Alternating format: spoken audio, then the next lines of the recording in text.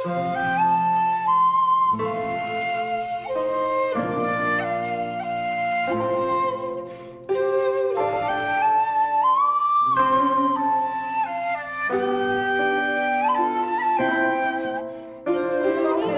हैं मशवरे लेने।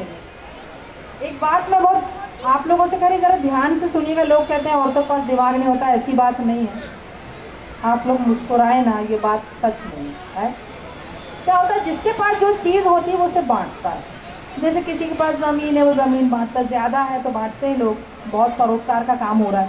तो किसी के पास ज़मीन है वो ज़मीन बांटता है, किसी के पास पैसा है वो पैसा बांटता है, किसी के पास खुशी है वो खुशी बांटता है। हम लोगों के पास हंसी है, हम लोग हंसी बांटते हैं। पर मैं पूरे मोहल्ले को दिमाग बांटती हूँ। अभी कल ही पड़ोसन मेरे पास चली आई, कहने लगी जीनत जी मैं हसीन बनना चाहती हूँ। कौन से ब्यूटी पार्लर में जाऊँ और कौन सी क्रीम लगाऊँ कि मैं हसीन लगने लगी। मैंने कहा बेटा, हसीन लगने के लिए किसी ब्यूटी पार्लर में जाने की क्या ज़रूरत है, और कोई क्रीम लगाने की क्या ज़रूरत है। तो बोले फिर। मैंने कहा रूठना सीख जाए। तो बोले रूठने से हसीन हो जाते हैं। मैंने कहा बिल्कुल। तूने वो गाना नहीं सुनी, कोई हसीना जब रूठ जाती है तो और भी हसीन हो जाती है। तो बहुत सारी घटनाएं होती हैं, लोगों को पता चलता, मैं दिमाग बांटती है, लोग मेरे पास आते रहते हैं। एक भाई साहब तो इनकी तरह आ गए, बीच में भाई साहब बैठे हुए हैं, बड़े दुबले पतले सुंदर से खूबसूरत स्मार्ट, शादी के लायक बिल्कुल। मेरे पास आ गए, कहने लगे बहन जी मैं तो भारी मुसीबत में हूँ, मेरे पास तो कोई ऑप्शन ही नहीं है। मैंने कहा बेटा ऑप्शन तो बता। बोले मेरे पास तो दो ही ऑप्शन है, शादी या फांसी। मैंने कहा बेटा शादी कर ले, फांसी तो अपने आप लग जाएगी। तो ऐसे लोग दिमाग बांटने के लिए मुझे बोलते हैं और मैं दिमाग बांटती हूँ, लोग मेरे पास आते हैं। कल तो ये मोटे से गोल गोल पीपी शुक्ला यानी टाइम पास शुक्ला जी आ गए, कहने लगे जीनत जी आपका इतना नाम है, आप इतनी जगह जाती हैं, मुझे भी कोई ऐसा उपाय बताओ ना कि मैं मशहूर हो जाऊं, लोग मुझे मरने के बाद भी याद रखें। तो मैंने कहा इसमें कौन सी बड़ी बात है, उधार लेके मर जा। मैंने कहा तुझे क्या, तेरी 10 पीढ़ियों को लोग याद रखेंगे।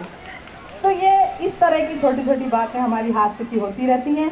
मैं बिना समय को गवाए आपके बीच में हमारे यहाँ पर आया हुआ एक बहुत मोटा कवि जिसका नाम है टाइम पास शुक्ला, आपका टाइम पास करने के लिए बुलवा रही हूँ। आदरणीय टाइम पास शुक्ला जी।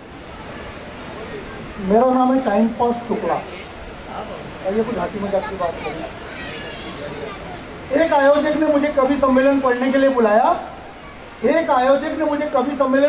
लिए बुलाया, और बिना पढ़े मेरे हाथ में दुगनी रकम थमाया।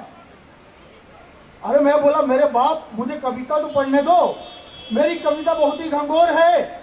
वो बोला रहने दो कवि महोदय, हमारा मंच बहुत कमजोर है।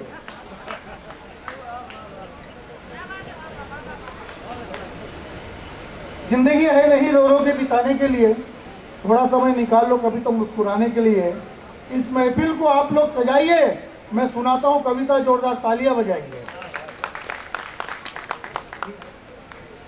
चलो इतने से काम चला लूंगा। हाँ, एक आप लोग सोच रहे हैं मैं अनुभव के आधार पर मैं इन सबसे छोटा हूं, अनुभव के आधार में मैं सबसे छोटा हूं। बस ये एक बात है कि मैं जरूरत से ज्यादा मोटा हूं। आप लोग सोच रहे होंगे कि आर्जात कवि किधर का है, आप लोग सोच रहे होंगे ये आर्जात कवि किधर का है। मुझे आप लोग को देख के ऐसा लगेगा इनमें से एक कवि तो खाते पीते घर का है। एक पुराने नेता से मिलने नया नेता आया, पुराने नेता ने थोड़ा लेट हो जाने के कारण फटकार लगाया। नया नेता बोला मुझे मत डांटिए, मैं तो तुम्हारे पार्टी में अभी अभी आया हूं, तुम तो पूरा पार्टी खा के बैठे हो, मैं तो सिर्फ शौचालय का पैसा खाया हूं। पुराना नेता बोला हम दोनों मिलके इस पार्टी को आगे बढ़ाएंगे, और जब हमारे सीनियर खाते तो जूनियर क्यों नहीं खाएंगे। भाई मैं इतना मोटा हूं, आप लोग को बता दूं एक चीज कि अगर मैं नोट पर भी गिर जाऊं तो चिल्लर बन जाए।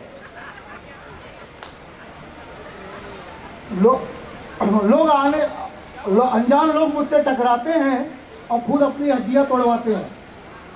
अनजान लोग मुझसे टकराते हैं और खुद अपनी हड्डियां तोड़वाते हैं। हमारी ये मेरी हालत को देखकर हमारे मोहल्ले के डॉक्टर खुश नजर आते हैं। मेरा कमीशन खुद मेरे घर भिजवाते हैं, मेरा कमीशन खुद मेरे घर भिजवाते हैं। गांव में जब भी सड़क बनती है, गांव में जब भी सड़क बनती है, लोग मुझे सम्मान बुलाते हैं और रोड रोलर की जगह मुझे ही सड़क पे ले जाते हैं। जब रास्ते से हाथी निकलता है तो लोग रास्ता बदल लेते हैं, जब रास्ते से हाथी निकलता है तो लोग रास्ता बदल देते हैं, जब रास्ते से मैं निकलता हूं तो हाथी रास्ता बदल देता है। ऑटो वाले मुझे देख के घबराते हैं, अपना मुंह छुपाते हैं और पतली गली से भाग जाते हैं और एक दूसरे से बतियाते हैं, इसे कौन बिठाए, इसे कौन बिठाए, ये तो अधिकतम भारी है, ये ऑटो की नहीं है तो ट्रक की सवारी है। आप जब वजनी मशीन पे चढ़ते हो तो एक पर्चा आता है 30 किलो, 40 किलो, 50 किलो। मैं चढ़ता हूं तो उल्टा हो जाता है, उस पर एक लिखा रहता है कभी महोदय आगे बढ़े, मशीन कमजोर है, एक साथ 5 लोग न चढ़े। बहुत बहुत धन्यवाद, टाइम की कमी है। बहुत बहुत शुक्रिया शुक्ला जी, तालियां बहुत कमजोर थी। विजय जी को बोलूंगी कि आगे से रॉक और बाद में करवाइए, पहले कवि सम्मेलन होगा आगे से, और थोड़ा नाश्ता जरा ताकतवर दीजिए। लोगों की तालियां थक गई हैं या एनर्जी, मेरा ख्याल है बहुत शाम से आए होंगे आप लोग, दिन भर से होंगे, हो सकता है, कोई बात नहीं। बहरहाल हमारे